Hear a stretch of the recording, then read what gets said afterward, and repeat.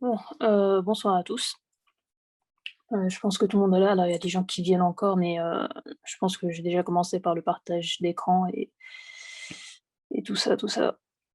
Hem, Vous me dites, hein, par message ou quoi, si vous voyez, l'écran quand je fais le partage.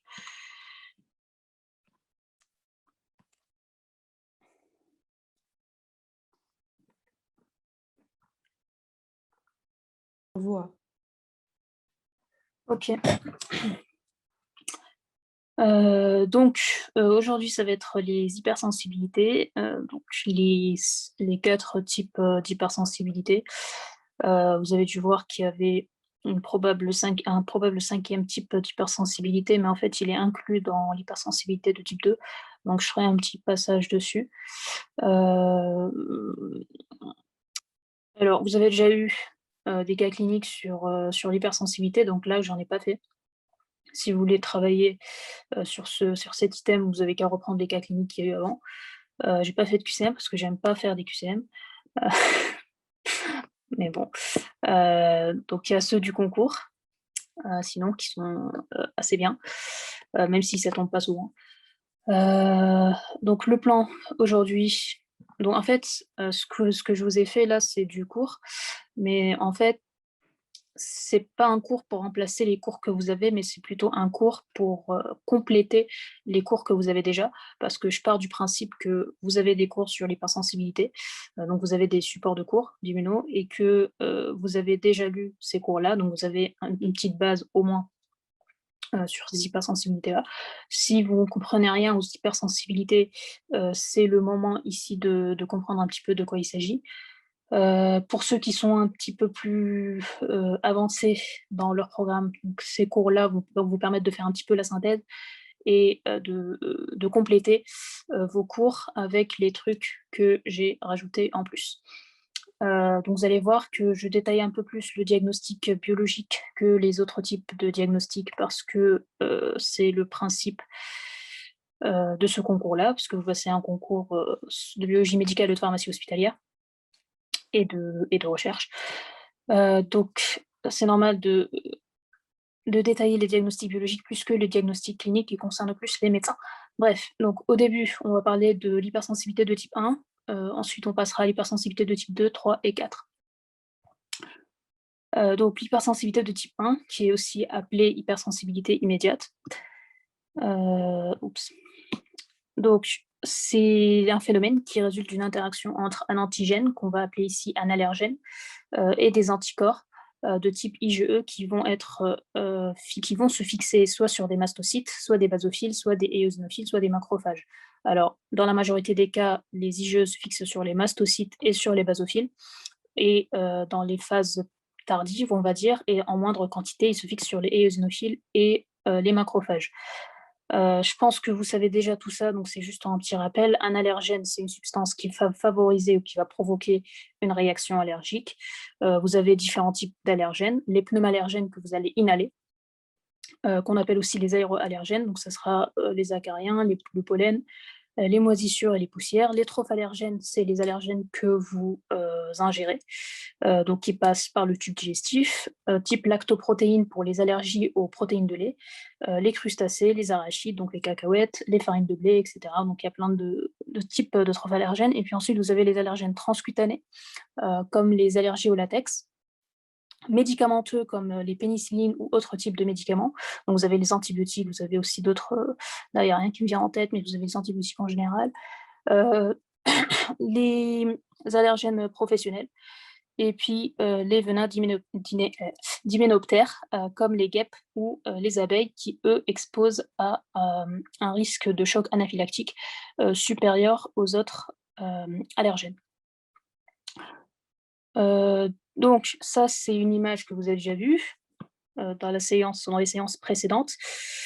Donc ouais, vous avez une prédisposition génétique, un terrain atopique, donc l'atopie, c'est la prédisposition, en fait, hem, au fait de faire une réaction d'hypersensibilité. Donc pour décrire le mécanisme d'hypersensibilité de type 1, donc quand j'avais fait la séance, il y a des gens qui ont réussi à bien me répondre, d'autres qui ne savaient pas trop de quoi il s'agissait, donc je vous fais juste un petit rappel. Si vous savez le mécanisme par cœur, tant mieux. Si vous ne le savez pas, bah, faut suivre. Donc vous avez 2 types de phases. Vous avez une phase de sensibilisation qui a lieu au premier contact avec l'antigène et puis une phase de déclenchement ou une phase effectrice qui a lieu au deuxième contact avec l'antigène ou l'allergène.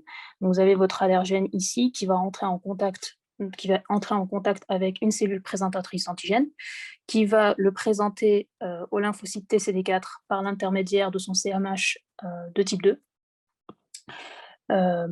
Et puis, ce lymphocyte TCD4 va se différencier en lymphocyte T H2 qui va sécréter de l'interleukine 4, 10 et 13 pour activer le lymphocyte B et l'inciter à se transformer en plasmocyte sécréteur d'IgE.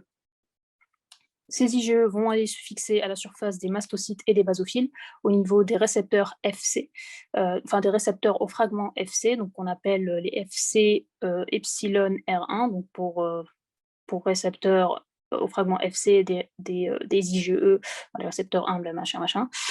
Ils vont se fixer dessus et ils vont attendre un deuxième contact avec l'antigène, donc la phase de déclenchement pour y avoir un déclenchement. Et donc l'allergène va revenir, il va se refixer sur les IgE, il va y avoir une sorte de pontage de ces IgE, entrée de calcium, etc., dépolarisation, activation, tout ça, et puis dégranulation, donc activation et dégranulation des mastocytes qui vont libérer de l'histamine et plein d'autres médiateurs dont on va parler juste après, et c'est ce qui va provoquer la réaction allergique, l'hypersensibilité de type 1. Donc ça, c'est un petit peu le résumé donc, de ce que je vous ai mis. C'est en fait ce qu'il y avait dans la correction du cas clinique de la dernière fois, donc donc présentation IgE spécifique, fixation au fragment FC des mastocytes, la phase effectrice et déclenchement, le deuxième contact, et puis la fixation, la libération d'histamine, leucotriène, cytokine, pro-inflammatoire, etc., responsable de l'allergie. La sensibilisation que je vais faire, oui, en fait, c'est ce qui peut aussi expliquer les réactions type choc anaphylactique, c'est qu'en fait, faut savoir différencier en fait une sensibilisation et une allergie. Une sensibilisation, c'est d'un point de vue biologique, donc votre organisme va développer des anticorps type IgE dirigés contre un allergène. Et une allergie, c'est plutôt la manifestation clinique. Donc vous pouvez développer une sensibilisation contre un allergène sans développer une allergie, donc sans développer des manifestations cliniques. Et aussi, une sensibilisation peut se faire vis-à-vis d'un allergène, mais elle peut aussi se faire vis-à-vis d'une autre molécule qui possède une structure proche de cet allergène. Donc on parle de déterminants moléculaires partagés, ce qui va être responsable de manifestations allergiques. Donc là, je vous ai donné par exemple l'exemple des curares. Donc les curares, c'est des médicaments utilisés en anesthésie comme myorelaxant en fait. Et en fait, le truc avec les curares, c'est que beaucoup de patients développent des réactions allergiques dès la première administration, sans avoir été exposés au préalable aux curares. C'est la première fois qu'on leur administre des curares et ils développent quand même une réaction allergique type choc anaphylactique. Donc, comment on peut expliquer ça? En fait, c'est qu'il y a d'autres allergènes auxquels les patients ont déjà été exposés, qui possèdent des structures proches de ceux des curares. Et donc, les patients ont été sensibilisés au préalable à ces molécules. Et lorsqu'on leur a injecté des curares, bah, ils ont déclenché une réaction allergique à type de choc anaphylactique. Donc, par exemple, pour des molécules qui possèdent des structures proches des curares, on a les ammonium quaternaires qui sont présents dans les cosmétiques. Donc, c'est pas parce que vous utilisez des cosmétiques que vous allez forcément développer un choc anaphylactique si on vous administre des curares, mais c'est juste comme ça. C'est juste comme ça. Il y a une structure en commun entre les ammonium quaternaires et les curares. Bon, les curares, c'est pas au programme, mais c'est juste un exemple. Donc il y a une structure commune qui fait que il y a des gens qui sont sensibilisés et si on leur administre des curares, ils vont développer un choc anaphylactique alors que c'est la première fois qu'on leur administre ce médicament. Voilà, donc c'était juste une petite parenthèse. Donc les mastocytes, donc vos mastocytes là, quand ils vont se dégranuler, qui vont libérer plein de médiateurs de l'inflammation. Ils vont libérer des médiateurs préformés c'est-à-dire qui étaient déjà dans des petites granules et qui vont sortir directement, et des médiateurs néoformés, donc qui vont être formés suite à la dégranulation. Donc, c'est en fait souvent des médiateurs qui sont issus de la membrane phospholipidique et qui vont se former donc suite à la dégradation de cette membrane, heu, on va dire, phospholipidique. Donc ça peut vous être utile en QCM si jamais on vous demande quels sont les médiateurs libérés lors de la dégranulation des mastocytes. Donc vous avez l'histamine, et je crois que c'était déjà tombé aussi en QCM. Donc vous avez l'histamine, la tryptase, la chymase carboxypéptidase A3, l'héparine et la kallikreine. Vous allez aussi avoir les leucotriènes, B, C, D, E4, les prostaglandines D2 et le PAF, qui est le facteur d'activation plaquettaire, ACTR. Manifestations cliniques dépendent de l'allergène. Oui, donc les manifestations cliniques vont dépendre de l'intensité de la réaction immunologique. Dans les chocs anaphylactiques, par exemple, vous allez avoir une grande libération de ces médiateurs, ce qui fait que la réaction immunitaire va être beaucoup plus intense que pour une réaction type urticaire ou rhinite ou autre. L'histamine, donc là, c'est un petit truc, mais juste pour les QCM en fait, parce que c'est pas des trucs qu'on vous demandera pour les cas cliniques. Donc l'histamine, elle est produite dans l'appareil de Golgi, elle est obtenue par décarboxylation de l'histidine, donc ça, c'est déjà tombé en QCM.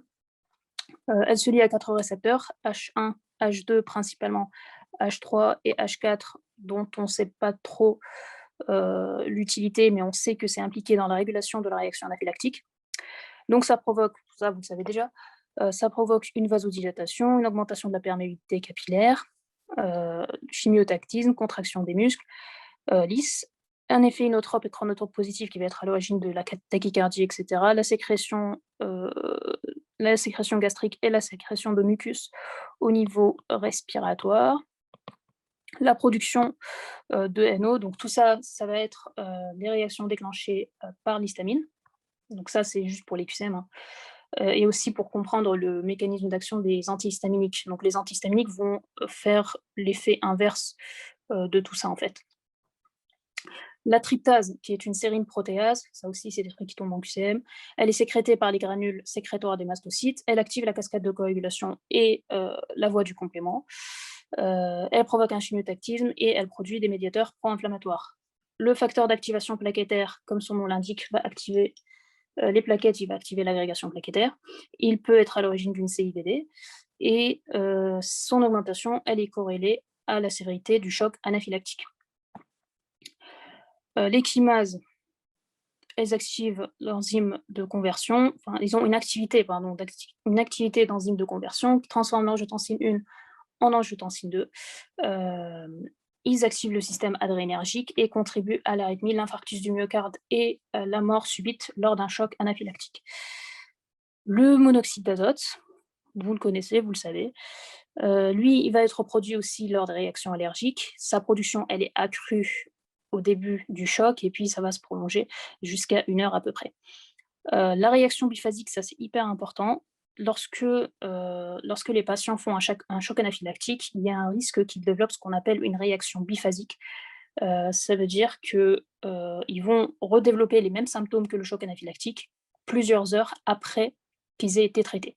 Donc ça peut survenir dans les 12 à 24 heures après la fin du choc et après le traitement, voire plusieurs jours après le traitement, et c'est en fait dû à la libération des cytokines, qui est plutôt tardive, par les mastocytes. Et du coup, c'est pour ça que lors d'un choc anaphylactique, on surveille les patients pendant au moins un jour, pendant au moins 24 heures. On les hospitalise et on les surveille pour pas qu'ils refassent en fait, cette réaction biphasique. Donc retenez ça parce que si vous tombez sur un choc anaphylactique au concours et que d'un coup, le patient refait des symptômes, bah, vous saurez ce que c'est, et vous serez pas perdu. Si je le dis encore, c'est bon. Un petit schéma que vous allez sûrement pas apprendre, mais c'était juste pour illustrer le truc. Donc vous avez le facteur d'activation plaquettaire, l'histamine, facteur d'activation plaquettaire, monoxyde d'azote, enfin tout plein de trucs comme ça qui sont relargués et qui vont stimuler la réaction anaphylactique. N'apprenez pas ce schéma. Le diagnostic. Donc là, je vous ai fait une rédaction type mots-clés, donc pour pour connaître les principaux mots-clés à noter au cas où vous tombez sur un cas d'hypersensibilité de type 1. Donc vous commencez déjà, donc si on vous demande quels sont les diagnostics qui vont être réalisés, donc déjà, honnêtement, je ne pense pas qu'on vous demandera euh, la- le principe ou même la réalisation complète du prick test, parce que ça, c'est au médecin, à l'allergologue de le faire, mais juste au cas où, on ne sait jamais. Donc vous commencez par dire que ce sont des tests allergologiques, donc que ce soit les tests cliniques, enfin cliniques faits par le médecin, ou les tests biologiques, ce sont des tests allergologiques. Donc ça, c'est la première chose que vous allez écrire sur votre copie en haut. Le test épicutané, le prick test, vous mettez le nom du test. Ensuite, vous pouvez mettre que c'est indiqué en première intention ou pas, donc ça, c'est comme vous voulez. Devant une suspicion d'hypersensibilité de type 1, c'est un test qui est beaucoup plus sensible que le dosage des IgE total. Le dosage des IgE total seul ne sert à rien parce que c'est pas spécifique et c'est peu sensible. Donc là, je vous ai mis que 20% à peu près des patients allergiques ont un taux d'IgE total normal, donc ça sert à rien de doser les IgE comme ça tout seul. Donc si jamais au concours vous mettez dosage des IgE total comme ça, bah, ça sera faux. Donc c'est une injection intra-épidermique à la face antérieure de l'avant-bras à l'aide d'une lancette ou d'un piqueur d'un ou plusieurs allergènes. Donc là, comme vous voyez, on va injecter plusieurs allergènes au niveau des bras. On va utiliser un témoin positif qui va être soit l'histamine, soit la codéine, qui va déclencher une réaction immunitaire, donc une sorte de papule. Donc je vais vous montrer la photo après. Et un témoin négatif qui est une solution neutre et qui est souvent de l'eau. Donc vous injectez, enfin, l'allergologue injecte ça, et puis il attend une dizaine de minutes, et après vous allez avoir la réaction. Ici, vous avez le témoin négatif, le témoin positif qui est l'histamine, l'érythème avec la petite papule qui s'est développée. Ici, vous avez les différentes injections. Donc là, le patient, il a développé une papule ici. Ça veut dire que son test est positif. Si le test est positif, on parle de l'apparition d'une triade de Lewis, qui est une association d'érythème, de papules œdémateuses et d'un prurite. Bien sûr, il ne faut pas gratter, parce que si vous commencez à gratter, ça va s'aggraver. Les allergènes utilisés, ça peut être, ça peut être plein d'allergènes, donc des acariens, des moisissures, des fanères d'animaux, donc que ce soit des morceaux de poils de chat, je ne sais pas comment dire ça, ou de chiens, des pollens, des graminées, etc. On va mesurer la taille de la papule, on compare avec le témoin positif et le témoin négatif. Chose importante, une sensibilisation à un allergène injecté ne veut pas dire qu'il y a une allergie. Donc, pour rappel, la sensibilisation, c'est d'un point de vue biologique, c'est votre organisme qui réagit à quelque chose d'un point de vue biologique, et l'allergie, c'est toute la manifestation clinique. Donc, vous pouvez, lors d'un prick test, développer une réaction allergique, mais vous pouvez aussi en même temps ne jamais développer de manifestation clinique face à l'allergène qu'on vous a injecté. Je ne sais pas si vous arrivez à voir un petit peu le truc. Donc, sensibilisation, c'est biologie, et allergie, c'est la manifestation clinique. Le dosage des IgE total, il est fait que on fait le dosage quand on connaît l'allergène. Alors, en général, l'allergologue, il fait son prick test. Il y en a qui font que le prick test et qui se contentent que de ça. Et ensuite, ils font que ça. Et il y en a qui vont faire et le prick test et y associer un dosage des IgE spécifiques. Et le dosage des IgE spécifiques, tu ne le fais pas quand tu connais l'allergène, tu le fais justement pour rechercher cet allergène. Je vais en parler plus tard. Dosage des IgE. Donc, si vous voyez qu'il y a une discordance entre la clinique et le test, c'est-à-dire que si votre test il est négatif, on va dire, et que à la clinique vous voyez que le patient il est en train de, je sais pas, il est en train d'avoir une crise d'asthme ou quoi, ou un truc comme ça, et que votre test il est négatif, dans ce cas-là, vous faites un dosage des IgE total suivi d'un dosage des IgE spécifiques, parce que les IgE total tout seul, enfin les IgE totaux, ça ne sert à rien. Ou alors s'il y a une contre-indication, donc les contre-indications, c'est la dermatite atopique, l'eczéma, le dermographisme. Pour le dermographisme, je vous invite à regarder des petites images sur Google, c'est hyper sympa. Et puis, on l'utilise aussi si le test n'est pas interprétable. Donc, il faut bien sûr arrêter les antihistaminiques avant de commencer ce test, et les phénothiazines, qui ont un effet antihistaminique puisqu'ils sont non sélectifs Les phénothiazines, c'est les neuroleptiques antidopaminergiques, il me semble.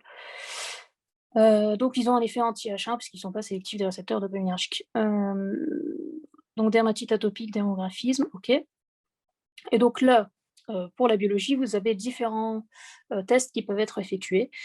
Là, pareil aussi, ça, c'est des mots-clés qu'il faut connaître. Les tests IgE spécifiques, tests multi-allergéniques pour désigner les tests de type RAST.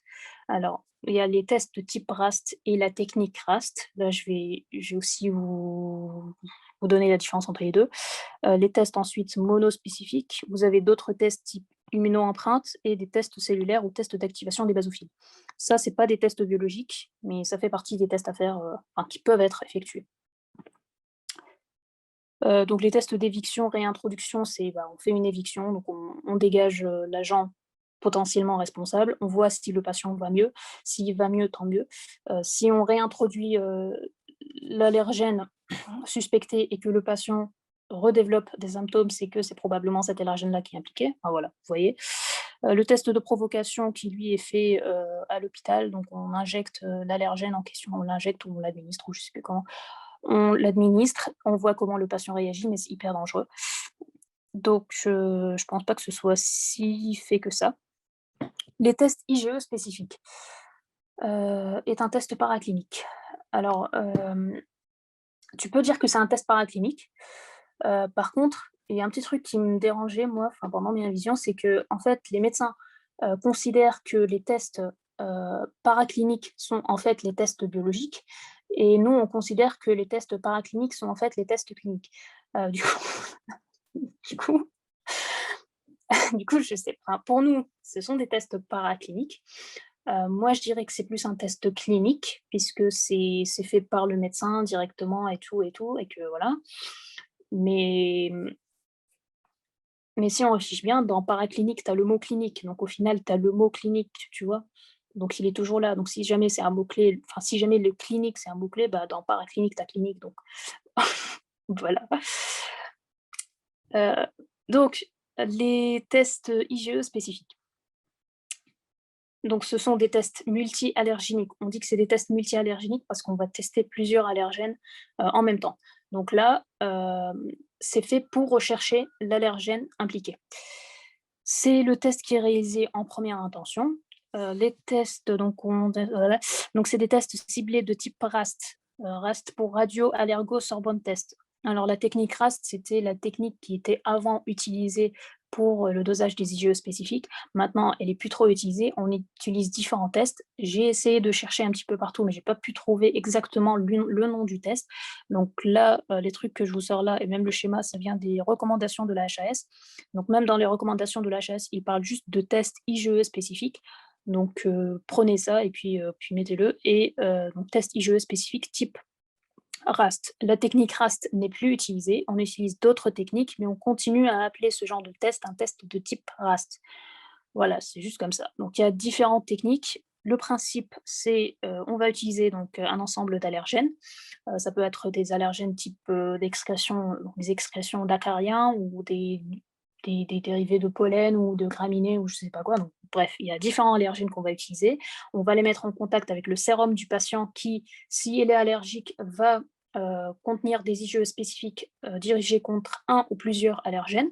Ensuite, on utilise un anti-IgE marqué d'un traceur, donc cet anti-IgE qui est là, par exemple, va venir se fixer, sur, l'IgE du patient et ça va faire de petites lumières, une petite fluorescence et après ça, on évalue la réponse aux différents allergènes introduits. Donc vous pouvez avoir une réponse contre différents antigènes, donc ça va être le cas par exemple d'un patient qui est sensibilisé, voire allergique à différents allergènes, et vous pouvez avoir une réponse contre un seul allergène.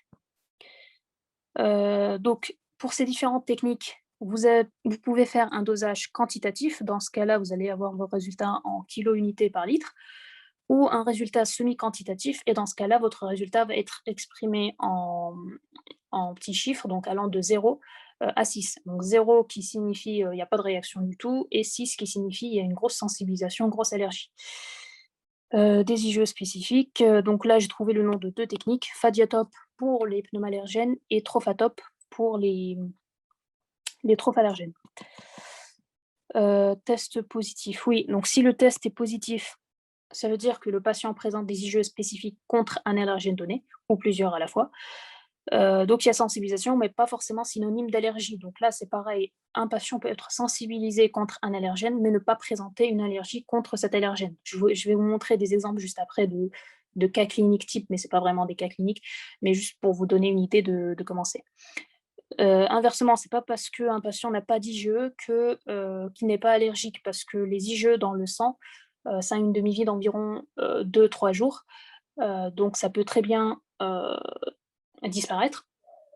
Par contre, les IgE dans les tissus, ça a une demi-vie de plusieurs semaines, il me semble. Donc plusieurs semaines si c'est dans les tissus et 2-3 jours si c'est dans le sang. Donc exemple. Donc un patient de 16 ans qui présente une rhinite allergique perannuelle depuis 2 ans. Il possède un chat à la maison depuis l'enfance. Il a adopté un chien il y a 2 ans et il n'a pas d'antécédent particulier. Et là, donc, on vous montre le petit dosage des IgE spécifiques avec différents allergènes. Et est-ce que, avec du coup, les valeurs seuil, et du coup, est-ce que vous pouvez me dire ce qui se passe? Juste sur le bilan qu'il y a ici.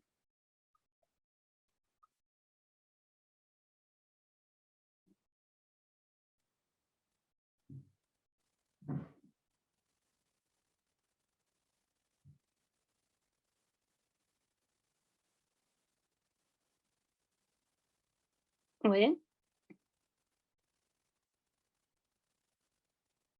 voilà. Donc c'était ça. En fait, il présente une sensibilisation et une allergie. En fait, c'est sensibilisation plus allergie au poil et au squame de chien. Donc il est allergique au chien, puisqu'il possède des IgE spécifiques assez élevés par rapport à la valeur seuil. Il est uniquement sensibilisé contre la poussière de maison. Vous allez voir, en fait, pour les poussières de maison, il y a des kits avec des noms bizarres. Donc là, je ne vous ai pas mis les noms des kits parce que ça, on s'en fout. Mais voilà, il présente une sensibilisation à la poussière de maison, une sensibilisation au poil, enfin à l'épithélium ou au poil de chat. Mais il n'est pas allergique au poil de chat, il n'est pas allergique à la poussière de maison parce qu'il ne présente pas de manifestations cliniques bah, avec devant son chat ou à la maison. Donc c'est uniquement à partir du moment où il a adopté son chien, enfin le chien, qu'il a présenté cette rhinite chronique perannuelle. Donc perannuelle, ça veut dire que ça dure toute l'année en fait. Donc ça, c'est un dosage quantitatif avec du coup une quantification des IgE. Ça, c'est un dosage semi-quantitatif. Donc là encore, est-ce qu'il y en a qui peuvent m'interpréter ce qu'il y a?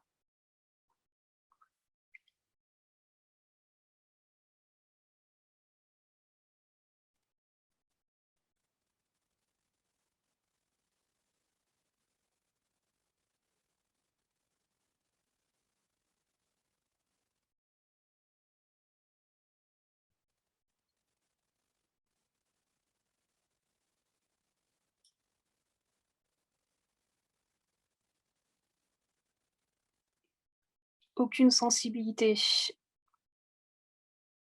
Oui, zéro c'est quand il y a pas de du coup, je vous donne les réponses là. Oui, donc zéro c'est quand il y a pas de réaction, il y a pas d'IgE dirigé contre, le machin et 6 c'est quand la réaction est maximale. Voilà, donc il présente une allergie aux arachides, on est à 6, une allergie, aux noisettes.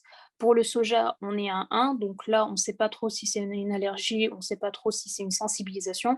Dans ce cas-là, ce que le médecin fera, c'est que, il va juste lui administrer, en fait, il fera en parallèle le prick test, bien sûr et du coup, c'est avec le prick test, le dosage des IgE spécifiques, la clinique que, le médecin, va essayer d'établir son diagnostic. Alors moi, ce que je vous ai fait là, c'est un truc hyper soft parce qu'en vrai, pour un patient qui présente une allergie aux arachides, on va chercher quelle structure moléculaire des arachides est impliquée dans cette allergie. Donc vous allez avoir, pour les arachides, on appelle ça ARA, et pour le ARA, vous allez avoir ARA H1, H2, H3, H4, H5, 6, 7, 8, 9, et donc ça va correspondre aux différentes structures moléculaires en fait d'allergènes d'arachides.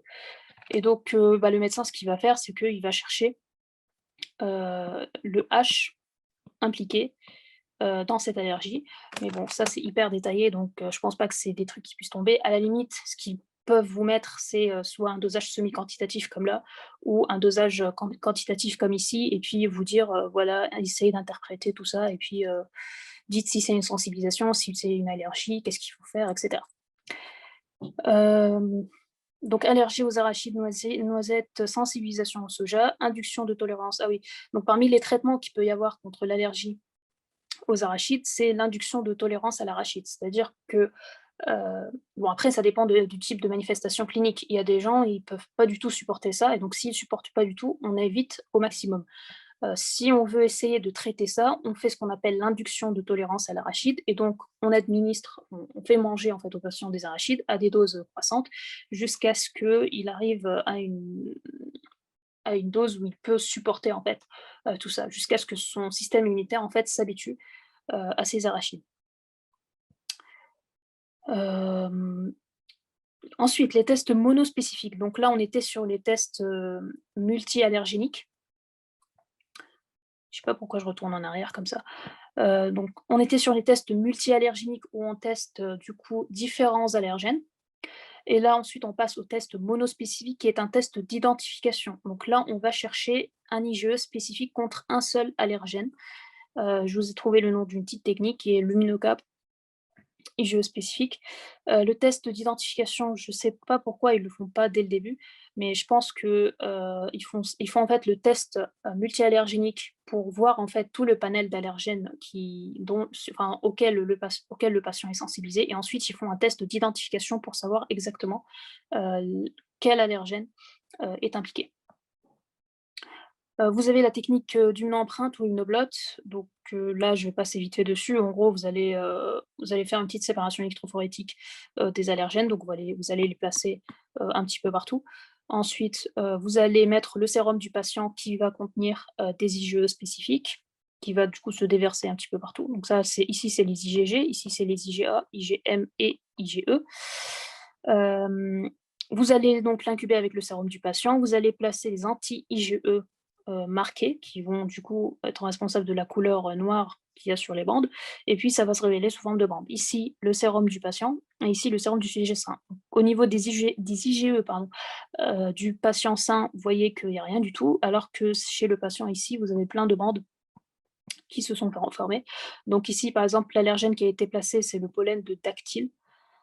Donc ça, c'est fait comme ça, mais je pense pas que ce soit hyper réalisé en pratique. Heu, En pratique, c'est vraiment prick test et dosage d'IgE spécifique. Le reste, c'est un petit peu, on s'en fout plus ou moins.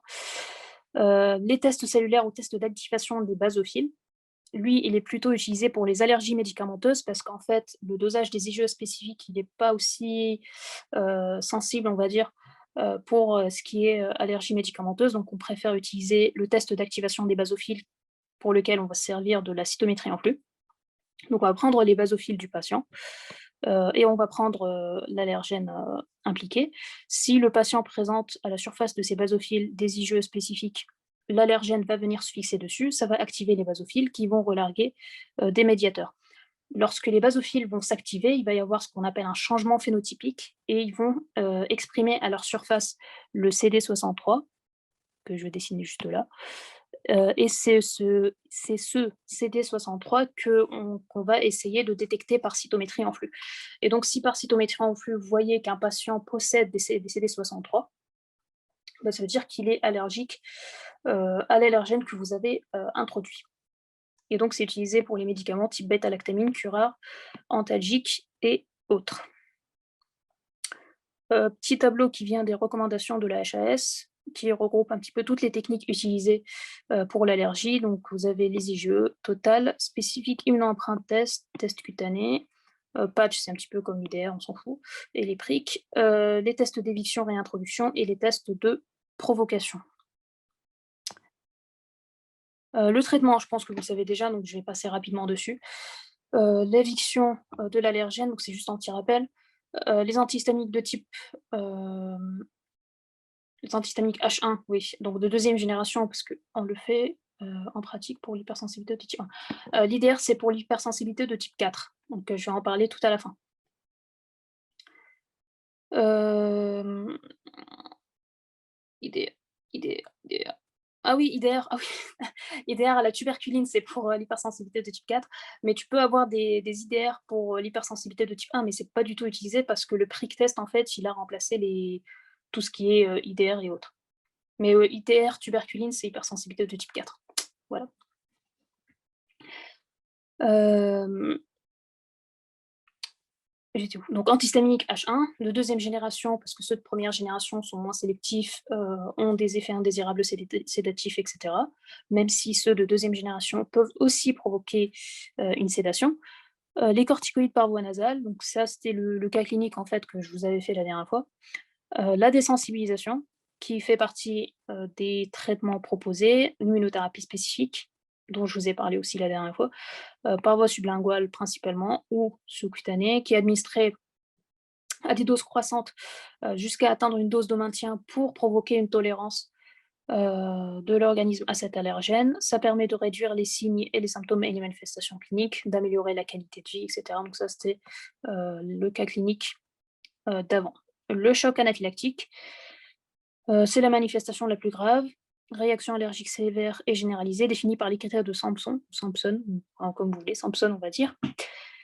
Donc ça, c'est tous les critères. Vous n'avez pas besoin de les connaître par cœur parce que, c'est pas à vous de les connaître. Enfin, vous pouvez les connaître, mais vous n'avez pas à les connaître par cœur. Ça veut dire que vous pouvez les reconnaître, mais pas les recracher sur une copie. Je vous interdis de le recracher sur une copie, ça sert à rien. Hem, donc juste savoir qu'il va y avoir voilà, il va y avoir une atteinte respiratoire, une atteinte cutanée, une atteinte cardiaque, hypotension, tachycardie, bronchospasme, bronchoconstriction, urticaire, prurite, rhinorrhée, enfin non, pas rhinorrhée, mais voilà, plein de trucs, qui font que c'est un choc anaphylactique et que c'est grave. Le diagnostic, il est principalement clinique, donc donc c'est clinique, voilà, c'est une urgence vitale. Pour le diagnostic, biologique, c'est pas réalisé en urgence, donc c'est souvent réalisé, après avoir traité le patient, parce que si vous commencez à faire des prélèvements sur le patient et que vous le traitez pas, il va mourir. Donc le dosage de la tryptase, pour rappel, c'est ce qui est sécrété par les mastocytes, les basophiles et cetera, qui est fait le plus tôt possible, mais en fait, il faut traiter le patient avant.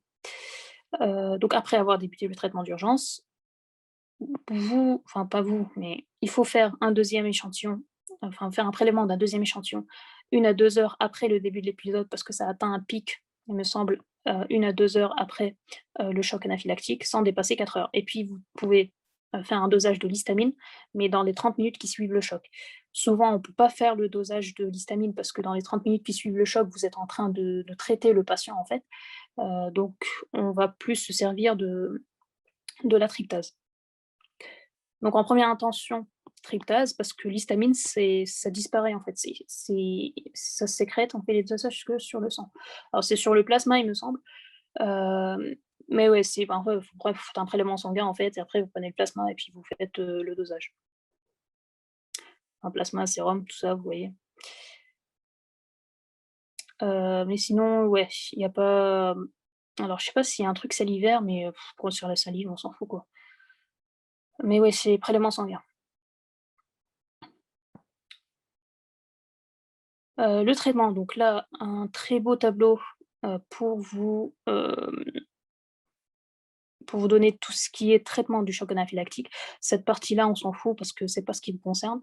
Donc nous, on va se concentrer principalement sur, le traitement de première ligne, la deuxième ligne si le traitement de première ligne ne fonctionne pas et puis, l'hospitalisation qui est de au moins, 24 heures. Donc vous connaissez le traitement, c'est l'adrénaline en intramusculaire et ensuite il est, directement admis à l'hôpital en urgence pour une perfusion. Et puis le glucagon s'il est traité par des bêta-bloquants, le VVP c'est voie veineuse périphérique, si pas possible proposer une voie veineuse, oxygénothérapie, remplissage vasculaire. Le remplissage vasculaire parce que dans le choc anaphylactique, on a une hypotension, sévère et du coup on remplit pour remonter la pression, la tension. L'oxygénothérapie et puis si l'adrénaline ne fonctionne pas, on commence par des corticoïdes en IV, les antihistaminiques, les bronchodilatateurs, si le patient présente une bronchodilatation. Il n'y avait pas un dosage urinaire, il me semble avoir lu quelque part.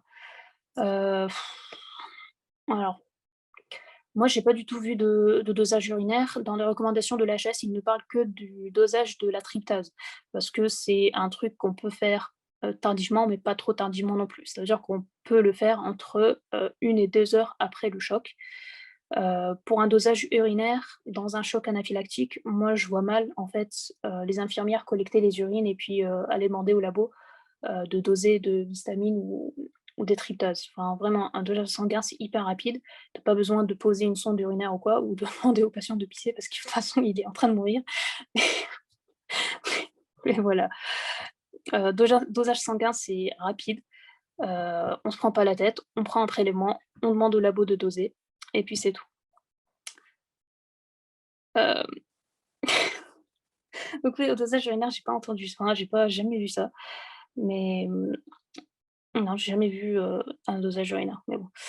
Donc corticoïdes, antihistaminiques, bronchodilatateurs s'il y a un bronchospasme. Ensuite, vous surveillez le patient, donc comme je vous ai dit, pendant au moins 24 heures parce qu'il peut y avoir des réactions biphasiques, c'est-à-dire que même après avoir traité le patient, il peut redéclencher un choc anaphylactique.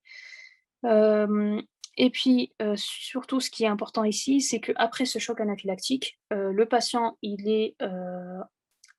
est emmené chez un allergologue pour qu'il réalise en fait, ses tests allergologiques, donc pour qu'il lui fasse, le prick test, le dosage des IgE spécifiques et puis si on en a besoin, le test d'activation des basophiles et les immunoempreintes, mais bon, il n'a pas trop besoin. Donc principalement IgE spécifique et prick test et après, il lui prescrit de l'adrénaline en injection intramusculaire que le patient doit garder sur lui, parce qu'il peut faire un choc anaphylactique à n'importe quel moment et puis éducation thérapeutique, du patient pour qu'il apprenne à utiliser son stylo injecteur. Il lui prescrit aussi des antihistaminiques H1, de 2e génération de préférence, type, lévocetirizine et puis corticoïdes, en péros pendant au moins une semaine, pour aussi éviter les réactions biphasiques. Parce que je vous ai dit, les réactions biphasiques, ça peut se déclencher dans les 12 à 24 heures, voire plusieurs jours après. Donc pour prévenir ça, on met antihistaminique H1 et corticoïdes et programmer consultation avec allergologue dans la semaine. OK. Voilà, ça c'était l'hypersensibilité de type 1, au cas où ça tombe au concours. En cas clinique, l'hypersensibilité de type 2, ça tombera pas en cas clinique, ça peut tomber en QCM et donc là, c'est plus une explication à type de QCM que je vous ai fait. Donc c'est une hypersensibilité qu'on appelle, cytotoxique ou dépendante des anticorps, qui fait intervenir des IgG ou des IgM. Donc je vous ferai aussi la différence entre l'hypersensibilité de type 2 et type 3 parce que je pense qu'il y en a qui se trompent pas mal. Pour l'hypersensibilité de type 2, vous avez des anticorps, type IgG ou IgM, qui vont se fixer sur des antigènes qui sont déjà fixés sur des cellules. Donc, sur des antigènes soit exprimés constitutivement, donc des antigènes intrinsèques qui sont déjà présents à la surface de la cellule. C'est comme par exemple, sur les globules rouges, les antigènes, Rhesus. Oui, donc là là j'allais justement vous parler de la HAI. Ah bah oui, en plus je l'avais mis ici. Ouais. Heu, donc vous allez avoir, soit des antigènes qui sont déjà présents sur la cellule, donc dans le cas des globules rouges, ça va être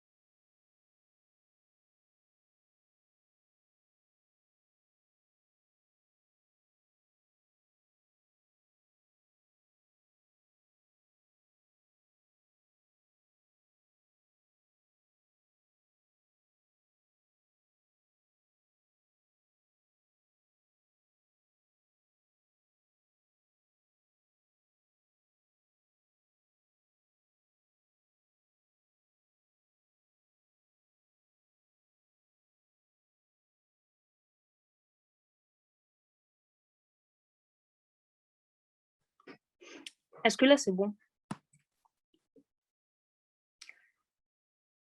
Ouf! Bon, j'étais où? Ah, ça a disparu en plus. Donc j'étais sur mes globules rouges qui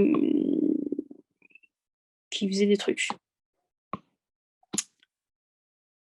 Oui, donc vous avez les globules rouges avec, l'antigène, de type Rhésus. Vous pouvez aussi avoir sur les globules rouges, alors il n'y a pas que les globules rouges qui sont concernés, hein, vous avez d'autres types de cellules, mais là je vous fais juste ah mais ça me vous allez avoir d'autres types de cellules impliquées. En plus c'est tout moche là. Bref, donc vous allez avoir des anticorps. Donc, dans le cas de l'anémie hémolytique auto-immune, vous allez avoir des anticorps de type IgG ou IgM. Donc, dans le cas de l'anticorps anti-Rhésus, c'est un IgG, il me semble. Donc, qui va venir se fixer sur le Rhésus. Comme le Rhésus, c'est un antigène qui est déjà présent sur le globule rouge, on va parler d'antigène exprimé, donc constitutif, un antigène constitutif ou un antigène intrinsèque. Pour les pénicillines, ce n'est pas un antigène qui est présent à la base sur les globules rouges, donc oui, ça va être un antigène absorbé passivement sur le globule rouge, donc c'est un antigène extrinsèque. Dans tous les cas, vos anticorps vont venir se fixer dessus, et c'est ce qui va déclencher une réaction immunitaire. Donc ce qui va se passer, dans l'hypersensibilité de type 2, vous avez 4 mécanismes, 4 voire 5 mécanismes qui vont conduire à la destruction des cellules. Le premier mécanisme, c'est l'activation du système du complément. Donc, si vous avez une cellule, ici, on va dire que c'est le globule rouge, avec l'anticorps, ce qui va se passer, c'est que vous allez avoir une activation du système du complément. C'est-à-dire que votre complément, qui est juste là, va se fixer sur l'anticorps. Ça va déclencher la cascade. Donc, le complément, c'est C1, C2, C4, C3, 5, 6, 7, 8, etc., etc. Ça va relarguer des anaphylatoxines. Là aussi, c'est important parce qu'il y a déjà eu un QCM sur les anaphylatoxines et la C3A, C5A. Donc, c'est important, retenez-les. Relargage des anaphylatoxines qui vont avoir pour rôle d'attirer les polynucléaires neutrophiles par chimiotactisme. Les polynucléaires neutrophiles vont arriver, donc qui sont là.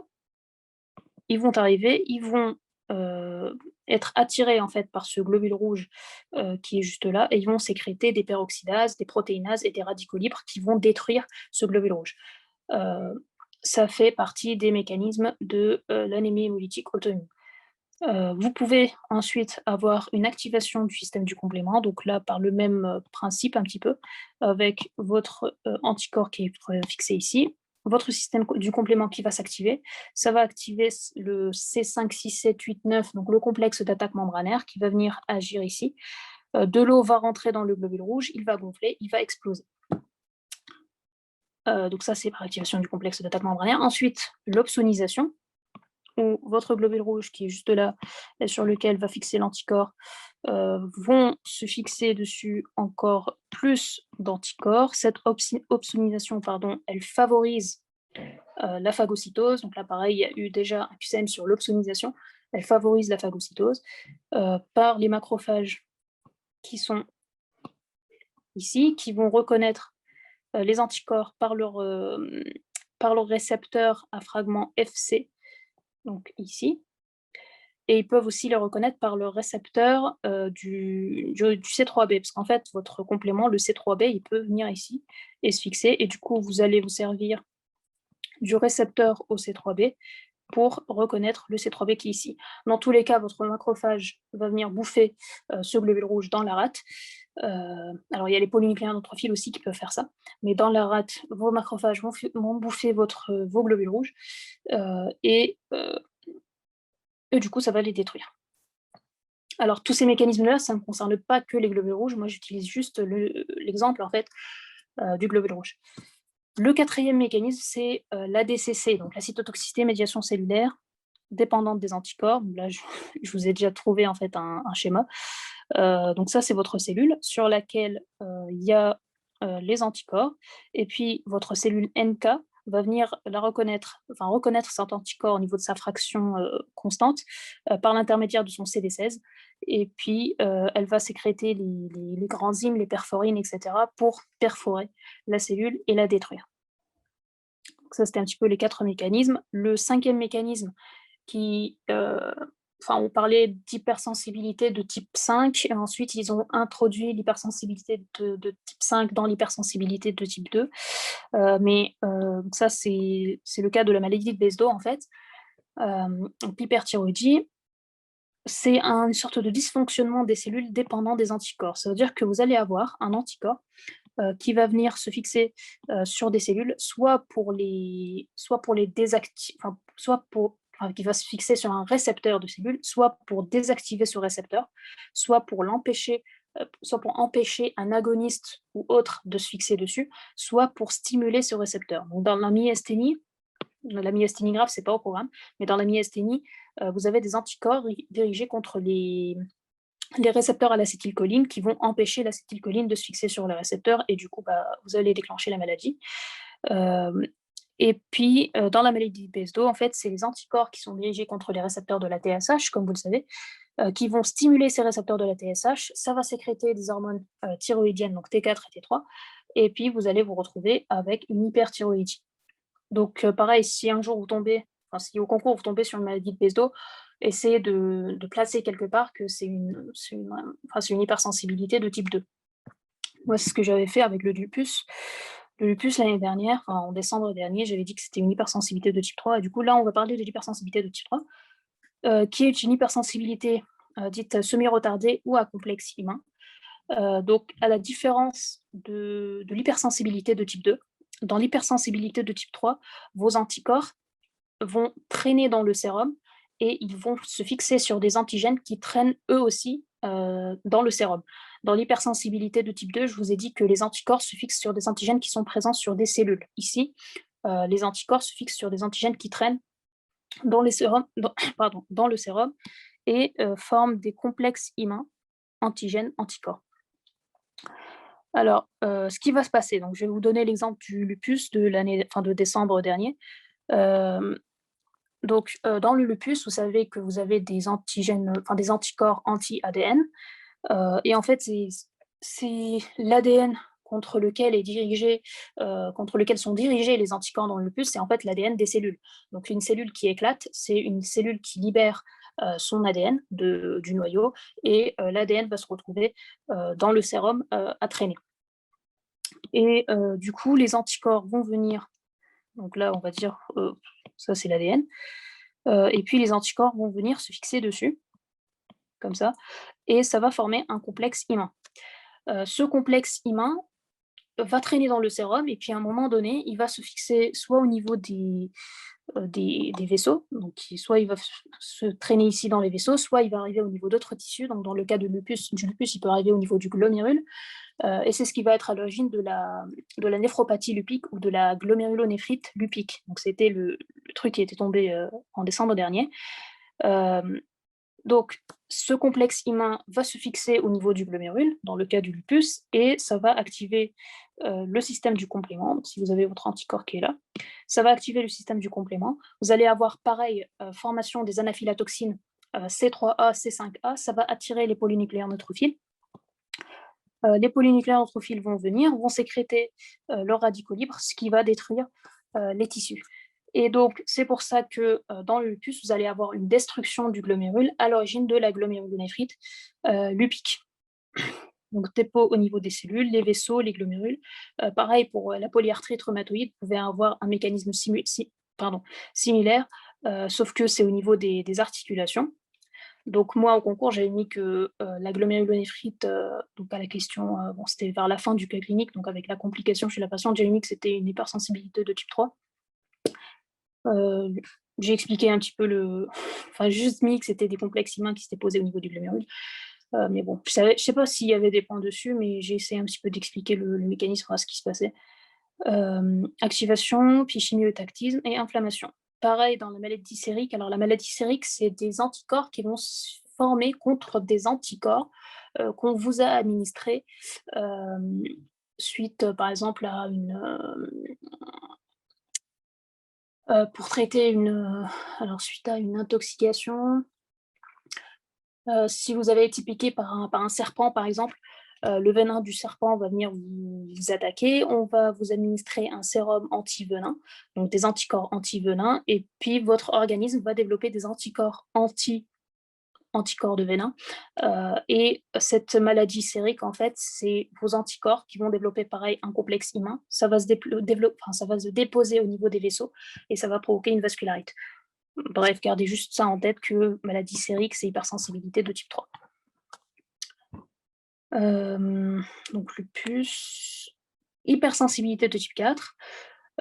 Donc ça, c'est l'hypersensibilité retardée à médiation cellulaire. Celle-là, elle n'implique pas d'anticorps, elle implique juste des lymphocytes T, CD4 et CD8, donc deux cellules qui sont impliquées. Pour les CD4, donc le mécanisme, c'est le mécanisme classique que vous connaissez. Vous allez avoir une cellule présentatrice d'antigène qui va présenter par l'intermédiaire de son CMH de type 2 un antigène au lymphocyte T par l'intermédiaire de son TCR. Ce lymphocyte T, il va se transformer en TH1. Pour rappel, un lymphocyte T CD4, ça peut se différencier en TH1, TH2 et TH17. Le TH1 qui va sécréter l'interleukine 2 et l'interféron gamma. Le TH2 qui sécrète l'interleukine 4, 5 et je ne me rappelle plus des autres, mais juste pour les QCM comme ça. Et puis le TH17 qui sécrète l'interleukine 17. Donc cette sécrétion d'interleukine 2 d'interféron gamma va provoquer une prolifération des lymphocytes TCD4, ça va activer le lymphocyte TCD8, ça va recruter tout plein de cellules de l'inflammation, notamment des macrophages. C'est ce qui va provoquer les érythèmes, les œdèmes et puis l'hyperthermie. L'intradermoréaction à la tuberculine, c'est une réaction d'hypersensibilité de type 4 qui est utilisée pour le diagnostic de la tuberculose. Avec du coup donc une injection intradermique à l'avant-bras, à la face antérieure, de 5 unités, je crois, 5 unités de tuberculine. 48 à 72 heures après, on vérifie s'il y a une induration, donc s'il y a cette réaction-là. Et cette réaction-là, du coup, elle est due à la reconnaissance en fait des lymphocytes T de la tuberculine. Donc, si vous avez déjà été en fait en contact avec l'agent de la tuberculose, ça veut dire que vous avez déjà été en contact avec ces antigènes. Et en fait, la tuberculine, c'est un antigène de l'agent de la tuberculose. Donc voilà, si vous avez déjà été en contact, vous allez développer la réaction. Si vous n'avez jamais été en contact, vous n'allez pas développer la réaction. Ouf. La sclérose en plaques, qui je pense va tomber un jour en sujet de pharmaco, c'est aussi une réaction d'hypersensibilité de type 4. Si jamais ça tombe, écrivez que c'est une réaction d'hypersensibilité de type 4. Je suis quasi sûre qu'il y a un point dessus.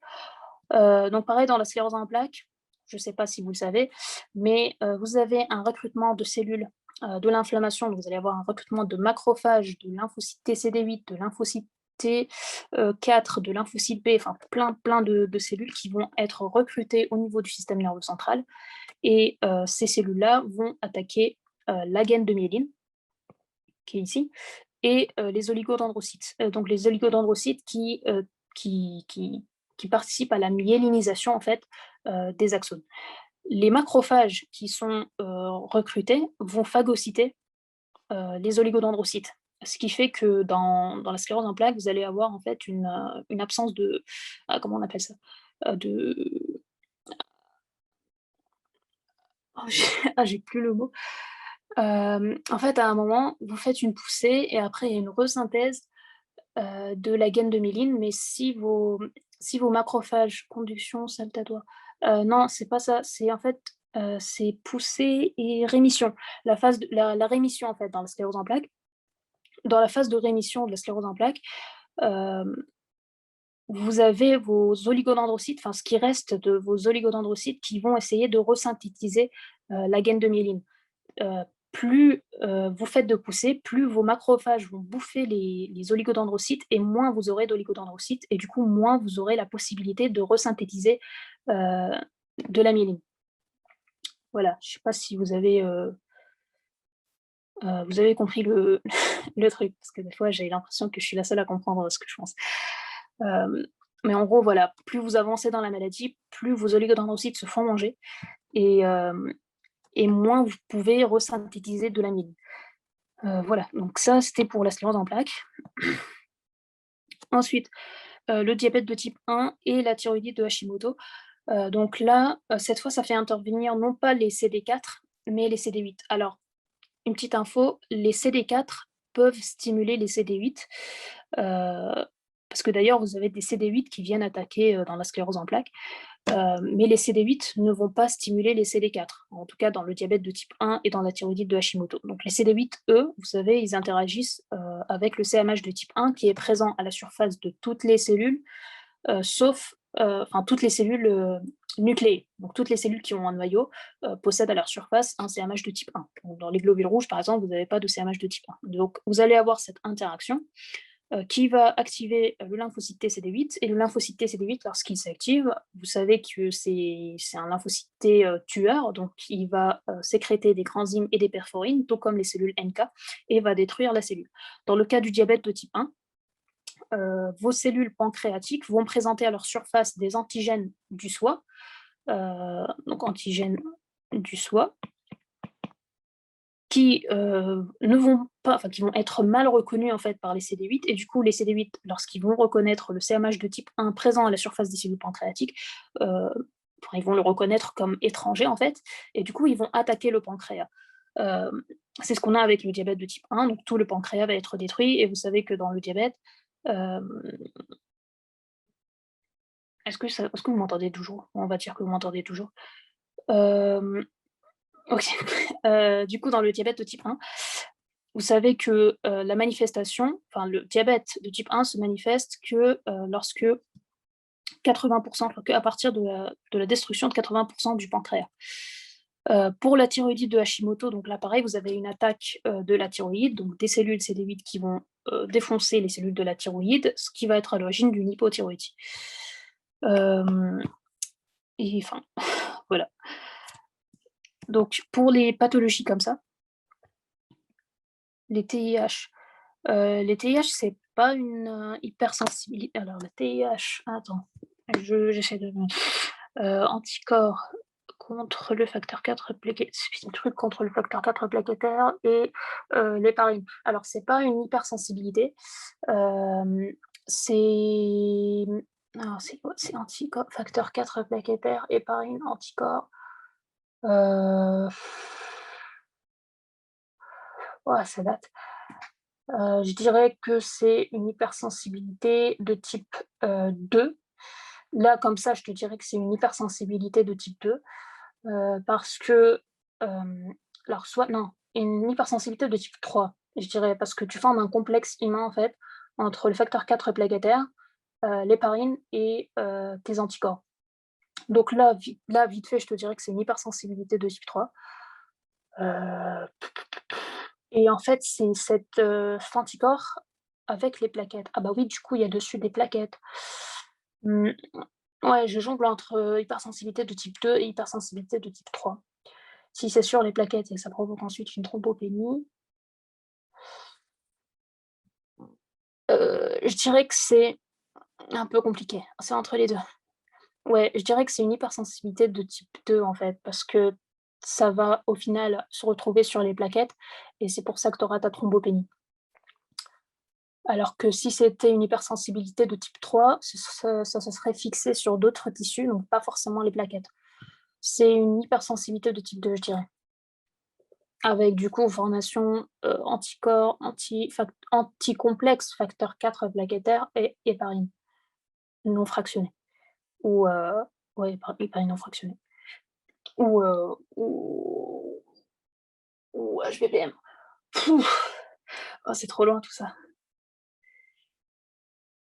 Oui, alors c'était pas vraiment une conférence, hem, c'était une colle sur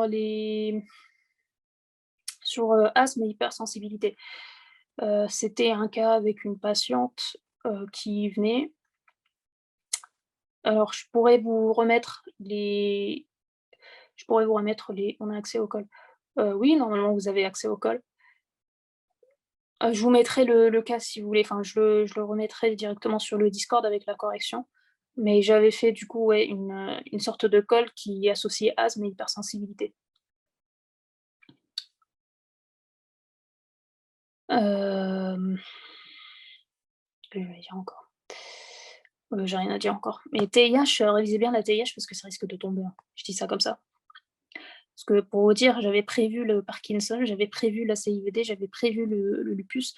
Donc là, je prévois la TIH. Travaillez bien la TIH. Je prévois la TIH et la CEP, bien sûr.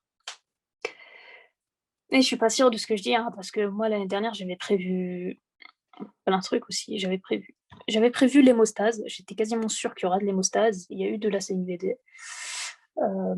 Et en infection, ce sera les IST. Je suis quasi sûre, il y aura les IST. Vous aurez obligatoirement de la viro. En viro, c'est soit rubéole, HPV, VHC. Non, tuberculose, c'est nul. Non, je pense que ce sera les IST, moi.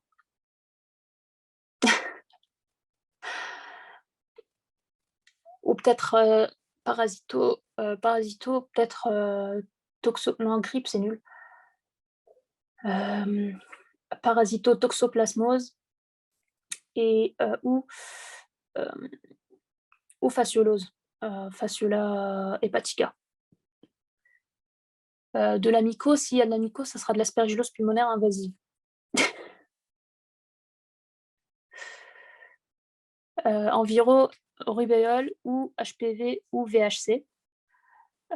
Ou sinon, s'il y a un cas d'IST, de herpès virus. Mais il y aura obligatoirement de la viro, c'est obligé, 100%. S'il y a rien de tout ça, on fait des chocolats Noël. Non, mais s'il y a rien de tout ça, vous pouvez venir me frapper aussi, je vous donne mon adresse et tout.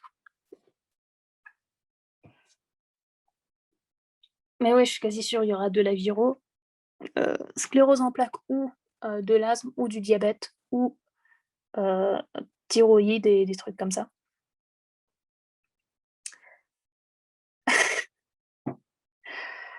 Mes prédictions, je les base sur mes prédictions que je fais depuis la deuxième année.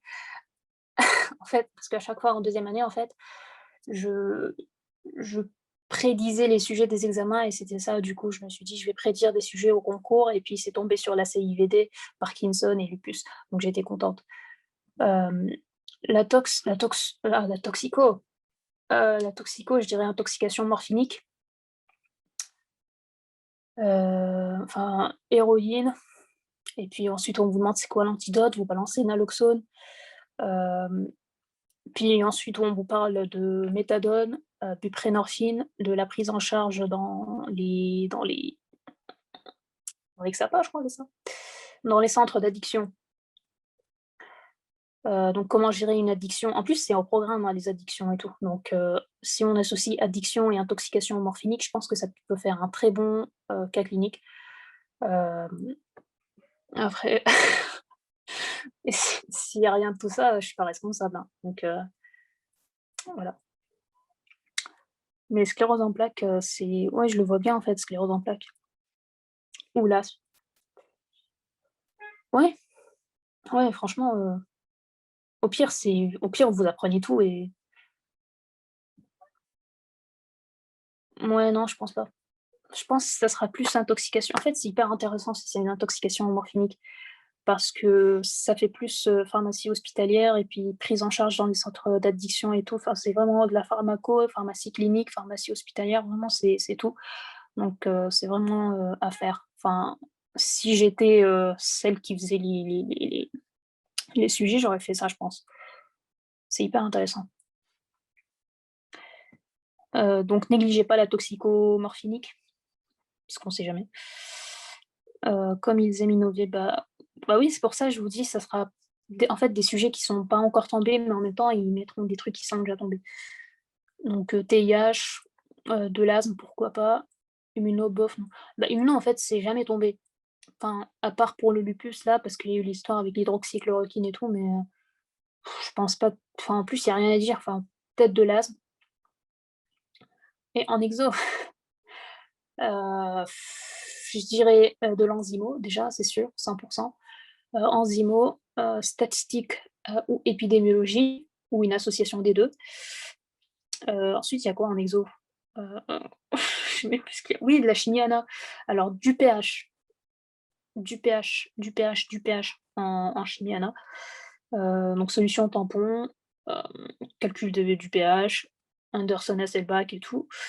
Hem, c'est super sympa le pH. Radioactivité, ouais, pourquoi pas, mais vu l'exo de l'année dernière, je sais pas trop s'ils vont enfin même s'ils mettent de la radioactivité, voilà, en gros, voilà, comme c'était catastrophique l'année dernière.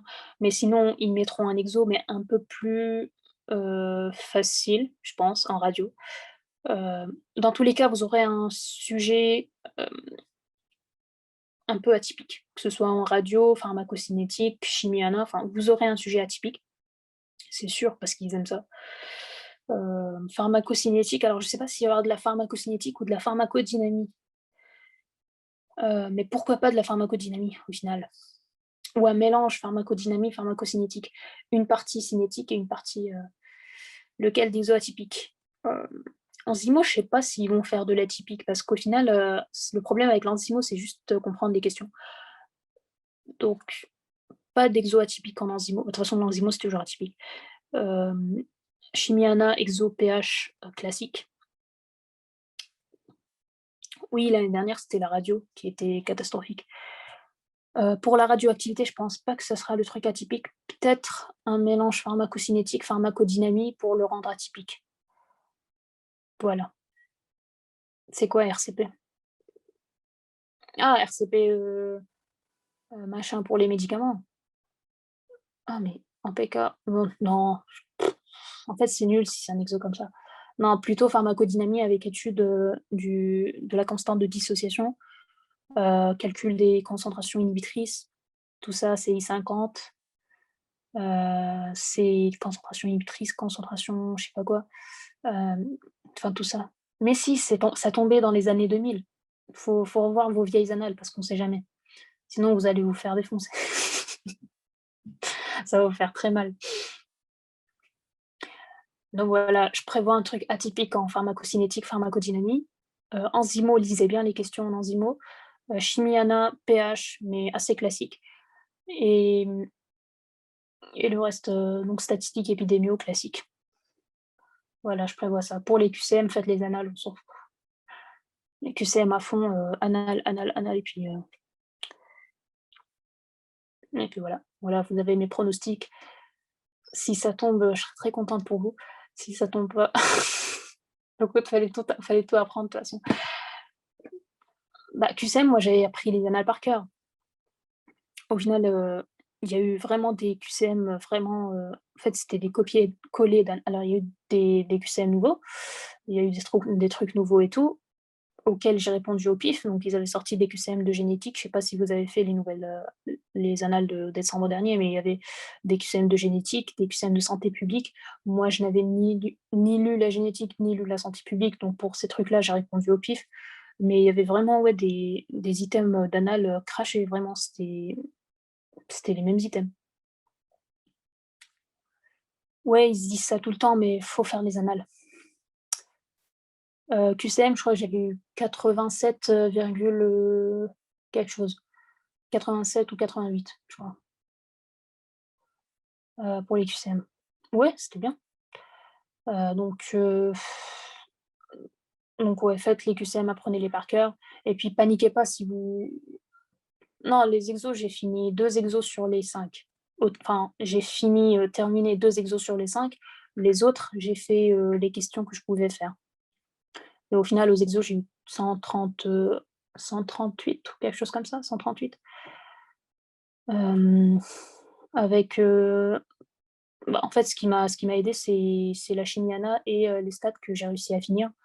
Les autres, j'ai pas trop réussi à les finir, mais j'ai quand même réussi à avoir, au moins la moyenne, enfin au moins, 25 ou quelque chose comme ça aux autres. 25-26, je sais plus. Dossier, j'ai eu 218. Hem, les stats, les stats, je les ai fait en avant-dernier, j'ai vraiment tracé, je les ai fait en 25 minutes, je crois. Vraiment, j'ai écrit très mal. Heu, après Donc à la fin, j'avais fait la radioactivité. Ouais, mais il faut vraiment écrire, très rapidement. Enfin, en fait, mon écriture, elle était vraiment, vraiment dégueulasse, mais ça va. Après pour la radioactivité, donc c'est le truc que j'ai fait à la fin, c'est pour ça qu'on vous dit de toujours écrire même si vous savez pas ce que vous mettez, en fait. Écrivez des trucs parce que vous aurez des points. Moi, en radioactivité, j'avais répondu à une ou 2 questions, j'ai eu 11 en répondant à 2 questions, je crois, sur tout le truc parce que j'avais vraiment rien compris. 11 au final, c'est énorme comme point. Parce que, enfin, vous avez pas idée, mais en fait, un ou 2 points, ça peut vous ça c'est 20 ou 30 places, vraiment. Moi, je reste à Amiens, en fait, parce que je viens d'Amiens, du coup, je reste à Amiens. Désolée.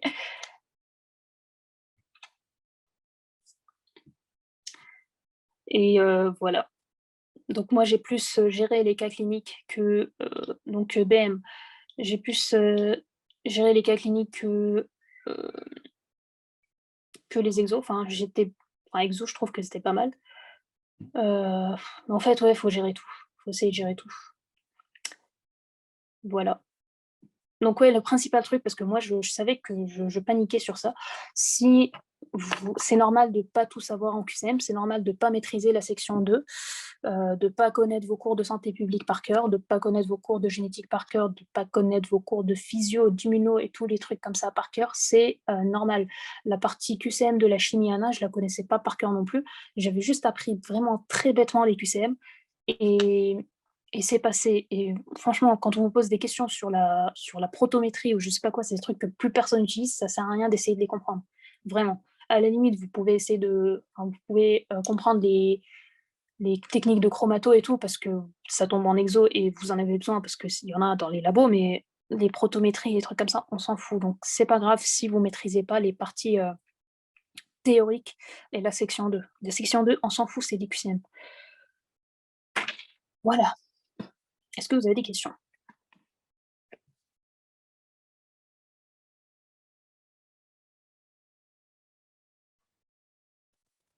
Ouais, bah, de rien et je vous souhaite bon courage. Donc dans 80 jours, vous êtes en vacances, donc profitez bien, de vos derniers, jours, de révision et de travail et de rien.